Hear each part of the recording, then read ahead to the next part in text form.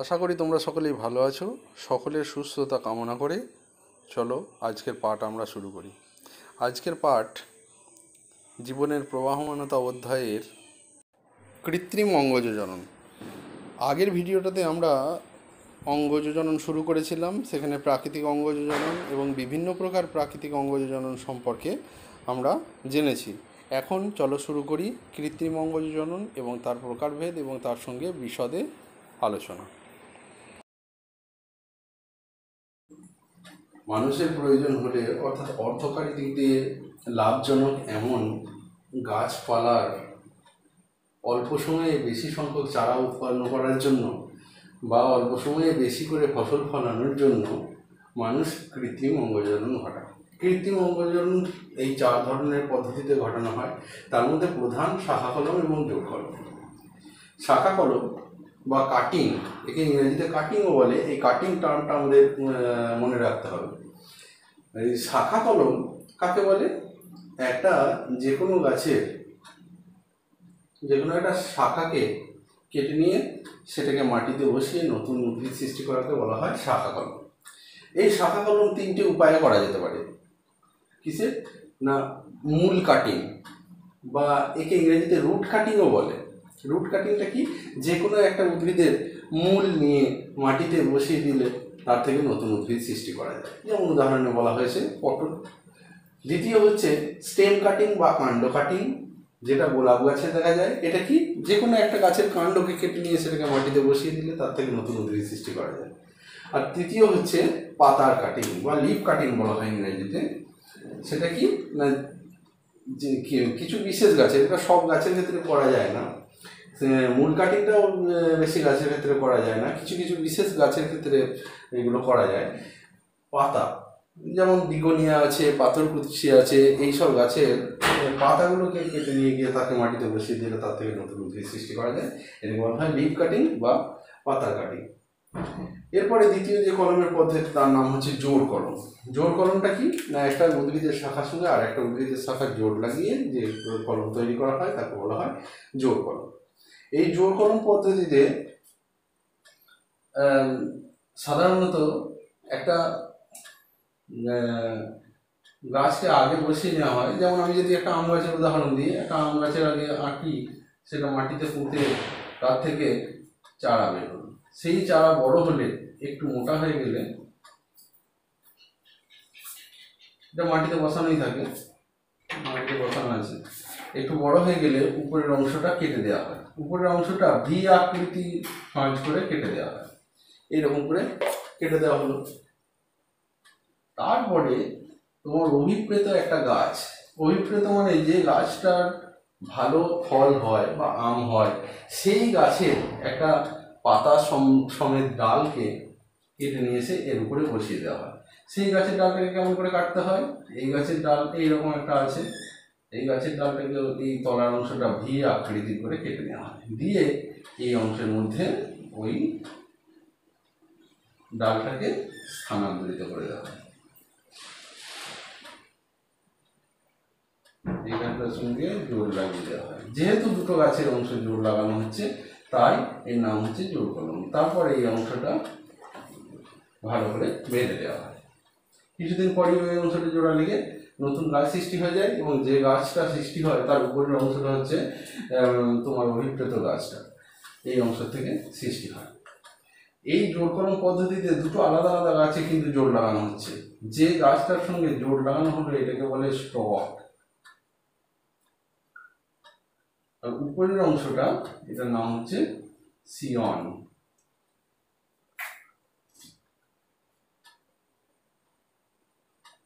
Stock আর সিয়ন।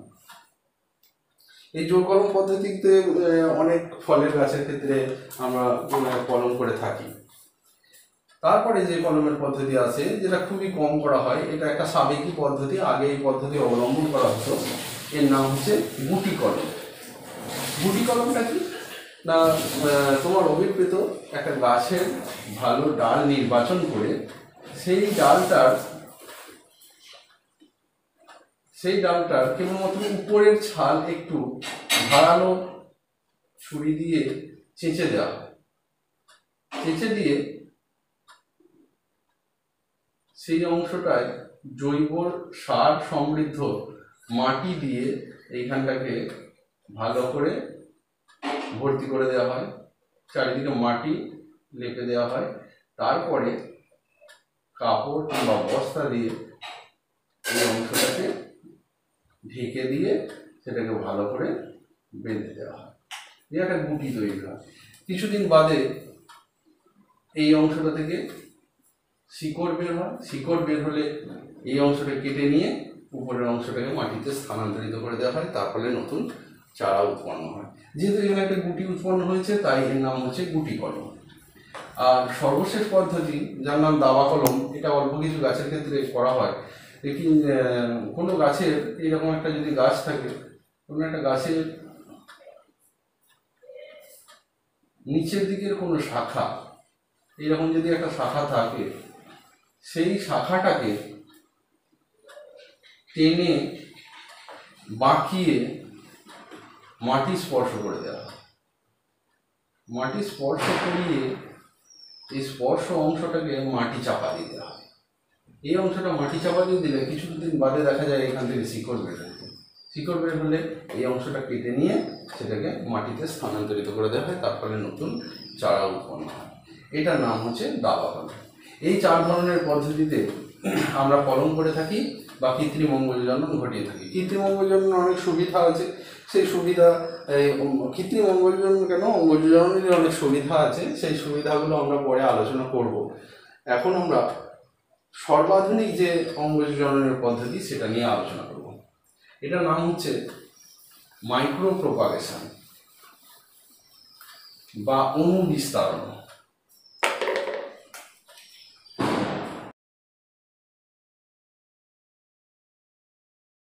এই micro propagation বা অনুবিস্তারণ কাকে বলে?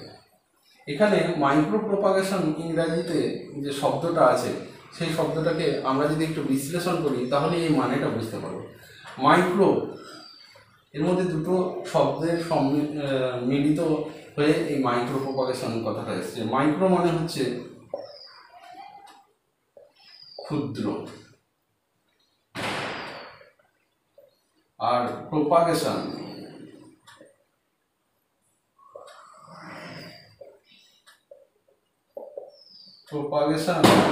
মানে হচ্ছে বংশ বিস্তার।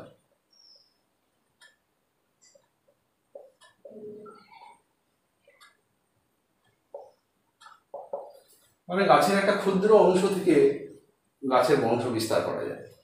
এটা যে কোনো গাছের ক্ষেত্রেই করা যায়। মাইক্রো প্রপাগেশন তাহলে যদি আমরা সংজ্ঞা বলি, সে সংজ্ঞাটা কি হবে না, যে কোনো একটা গাছের ক্ষুদ্র অংশ থেকে পালন মাধ্যমে, যেটাকে আমরা পালন মাধ্যমটার সম্পর্কে আমরা বিশেষভাবে জানবো একটু পরে, পালন মাধ্যমে অল্প সময়ে অসংখ্য উদ্ভিদ সৃষ্টি করাকে বলা হয় মাইক্রো প্রপাগেশন। অল্প সময়ে একটা গাছের ক্ষুদ্র অংশ থেকে বা কলা থেকে অসংখ্য পালন মাধ্যমে অসংখ্য উদ্ভিদ সৃষ্টি করাকে বলা হয় মাইক্রো প্রপাগেশন। এই মাইক্রো প্রপাগেশন পদ্ধতি কিভাবে ঘটানো হয় সেটাই এবার আমরা দেখি। মাইক্রো প্রপাগেশন জানতে হলে কয়েকটা শব্দের সঙ্গে পরিচিতি লাভ করতে হয়। প্রথমে কালচার মিডিয়ামটা হচ্ছে একটা অল্পতর থকথকে জেলির মতো পদার্থ, যেটা আগার আগার নামক একটা বস্তু দিয়ে তৈরি। এই আগার আগার বস্তুটা যদি জলের মধ্যে দিয়ে ফোটানো হয় তাহলে সেটা ভাতের ফ্যানের মতো একটা পদার্থে পরিণত হয়। ওই পদার্থটার সঙ্গে উদ্ভিদের পুষ্টি সম্বন্ধিত, মানে উদ্ভিদের পুষ্টিতে যে যে মাইক্রো এলিমেন্ট বা পুষ্টিদ্রব্য প্রয়োজন, সেই পুষ্টিদ্রব্যগুলো যথাযথ পরিমাণে মিশিয়ে সেটাকে ফুটিয়ে যদি ঠান্ডা করা হয় তাহলে যেটা তৈরি হয় সেটার নাম হচ্ছে কালচার মিডিয়াম বা পালন মাধ্যম। সেই কালচার মিডিয়াম বা পালন মাধ্যমকে একটা পেট্রি ডিশের মধ্যে, পেট্রি ডিশের কাঁচের এইরকম প্লেট, এই পেট্রি ডিশের মধ্যে রেখে দেওয়া হয়।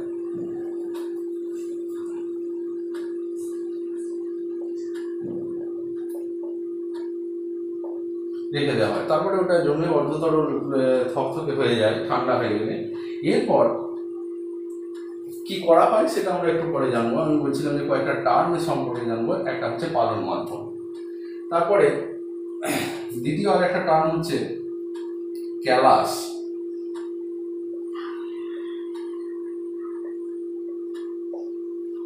ক্যালাস কি জিনিস? ক্যালাস হচ্ছে অপ্রস্ফুটিত, অবিকশিত।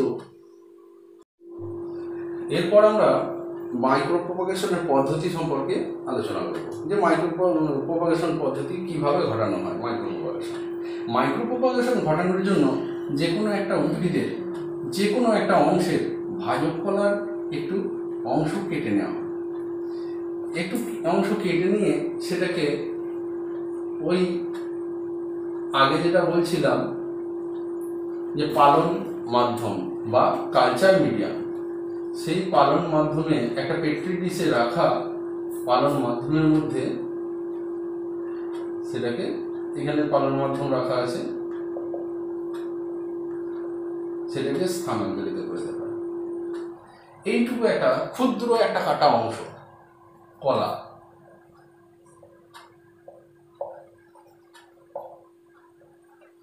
এটাকে কয়েকদিন রেখে দিলেই এর মধ্যে কিন্তু উদ্ভিদের সমস্ত পুষ্টি আছে, পুষ্টি উপাদান আছে। সেই পুষ্টি উপাদান সংগ্রহ করে এই উদ্ভিদের কাটা অংশটা, কলার অংশটা আস্তে আস্তে কি হয়, বড় হয়ে যায়।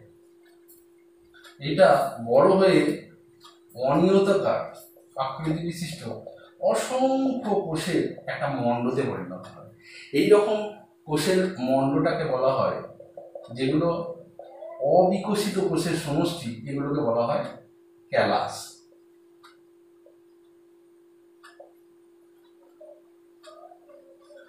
এইরকম এটা বড় কোষের মণ্ডে পরিণত হয়ে গেলে এই কোষ সমষ্টিগুলোকে নিয়ে আবার পালন মাধ্যম সমৃদ্ধ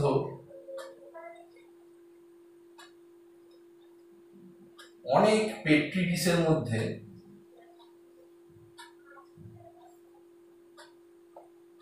পালন মাধ্যম রাখা আছে, অনেক পেট্রি ডিশের মধ্যে এই ক্যালাসটাকে নিডিলের সাহায্যে, নিডিল মানে সূচ, সূচ এইরকম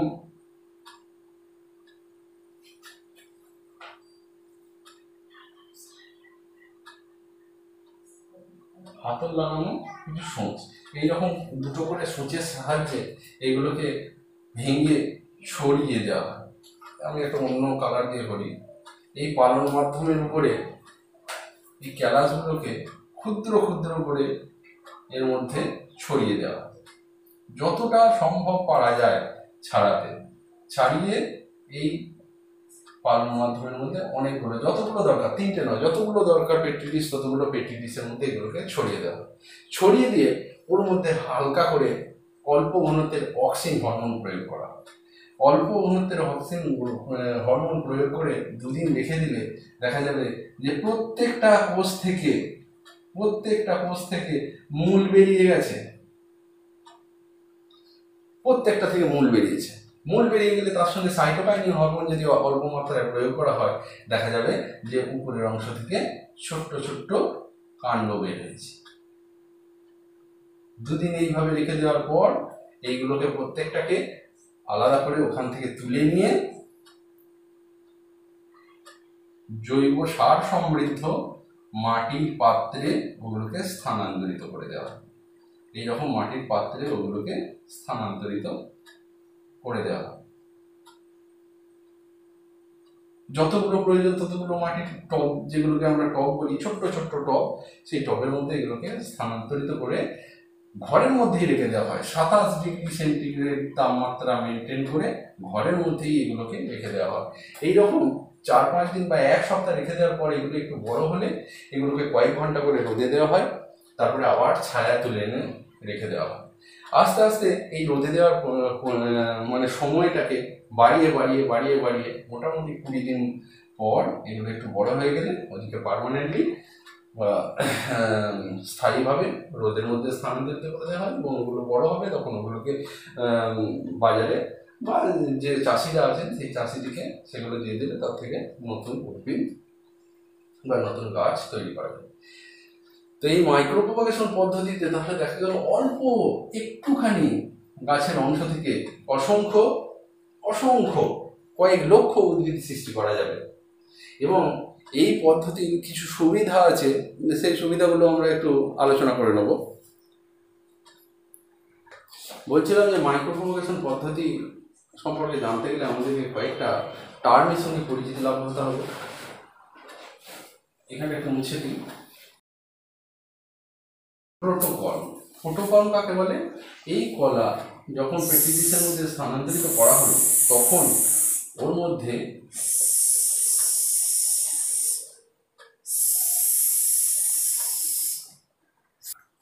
একটু আগেই তোমাদেরকে বলছিলাম যে মাইক্রো প্রপাগেশন পদ্ধতি জানতে গেলে আমরা কয়েকটা নতুন টার্মের সঙ্গে পরিচিত হব। তার মধ্যে একটা টার্ম হচ্ছে প্রোটোকল। প্রোটোকল কি? আমি একটু আগেই মাইক্রো প্রপাগেশন পদ্ধতি যখন বলছিলাম যে কালচার মিডিয়ামে এই ক্যালাসকে ভেঙে ছোট ছোট টুকরোয় পরিণত করে তার মধ্যে যদি সাইটোকাইন হরমোন অক্সিন হরমোন দেওয়া হয় তাহলে তার মধ্যে মূলের আবির্ভাব হয়। এই মূলযুক্ত কলা সমষ্টিকে বলা হয় প্রোটোকল। মূলযুক্ত যে কলা তাকে বলা হয় প্রোটোকল।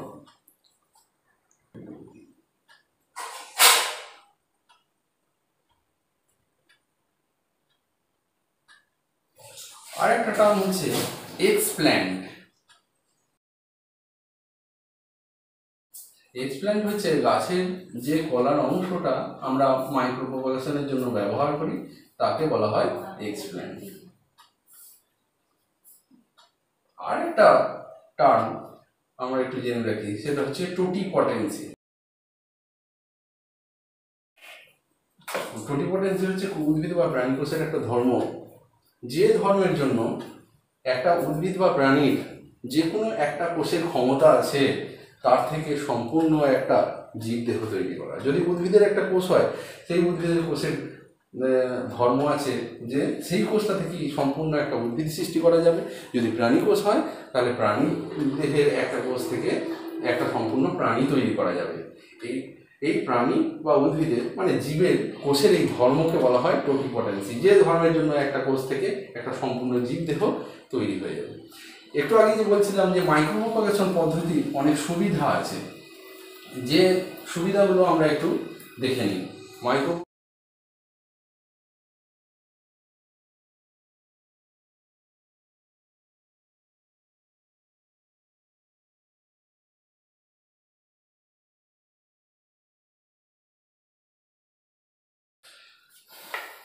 এগুলো হচ্ছে মাইক্রো প্রপাগেশন পদ্ধতির সুবিধা। মাইক্রো প্রপাগেশন পদ্ধতিতে বছরের যে কোনো সময়ে যে কোনো উদ্ভিদের চারা তৈরি করা সম্ভব। অন্য পদ্ধতিতে কিন্তু এই চারা তৈরি করা সম্ভব নয়। আমরা জানি যে বছরের একটা নির্দিষ্ট সময়ে একটা গাছের ফল থেকে বীজ হয় এবং সেই বীজ থেকে বছরে একবারই চারা পাওয়া সম্ভব। আবার অনেক গাছ আছে যে গাছের বীজের অঙ্কুরোদ্গম কিন্তু বছরের সব ঋতুতে হয় না, কিন্তু এই পদ্ধতিতে যে কোনো ঋতুতে যে কোনো উদ্ভিদের চারা তৈরি করা সম্ভব। দ্বিতীয় হচ্ছে অল্প সময়ে অসংখ্য চারা তৈরি করা যায়। অল্প সময়ে গাছের একটা ক্ষুদ্র অংশ ব্যবহার করে অসংখ্য চারা তৈরি করা সম্ভব। 3 নম্বর উপকারিতা হচ্ছে একই গুণ সম্পন্ন চারা তৈরি করা যায়। আমরা অন্য যে কোনো পদ্ধতিতে যদি গাছের চারা তৈরি করতে চাই, সেই গাছের চারাগুলোর মধ্যে পরস্পরের মধ্যে বৈশিষ্ট্যের কিছু না কিছু পার্থক্য থেকেই যায়, কিন্তু মাইক্রো প্রপাগেশন পদ্ধতিতে যে চারাগুলো তৈরি করা হয় সেই চারাগুলো সবই একই গুণ সম্পন্ন হয়। এতটুকু পর্যন্ত ভিন্নতা তাদের মধ্যে, বৈশিষ্ট্যের ভিন্নতা তাদের মধ্যে দেখা যায় না। আর চতুর্থ পার্থক্য যেটা সব থেকে গুরুত্বপূর্ণ, সেটা হচ্ছে চারাগুলো সবাই যেহেতু রোগমুক্ত বা জীবাণুমুক্ত ল্যাবরেটরির মধ্যে এই চারাগুলো তৈরি করা হয়, তাই সব রোগমুক্ত চারা তৈরি করা সম্ভব। তাহলে এই উপকারিতার জন্য আজকের দিনে উদ্যানবিদ্যায় বা হর্টিকালচারে এই পদ্ধতিতেই বেশি করে চারা তৈরি করা হয়। এটা অঙ্গজ জননের এখন বহুল প্রচলিত একটা পদ্ধতি।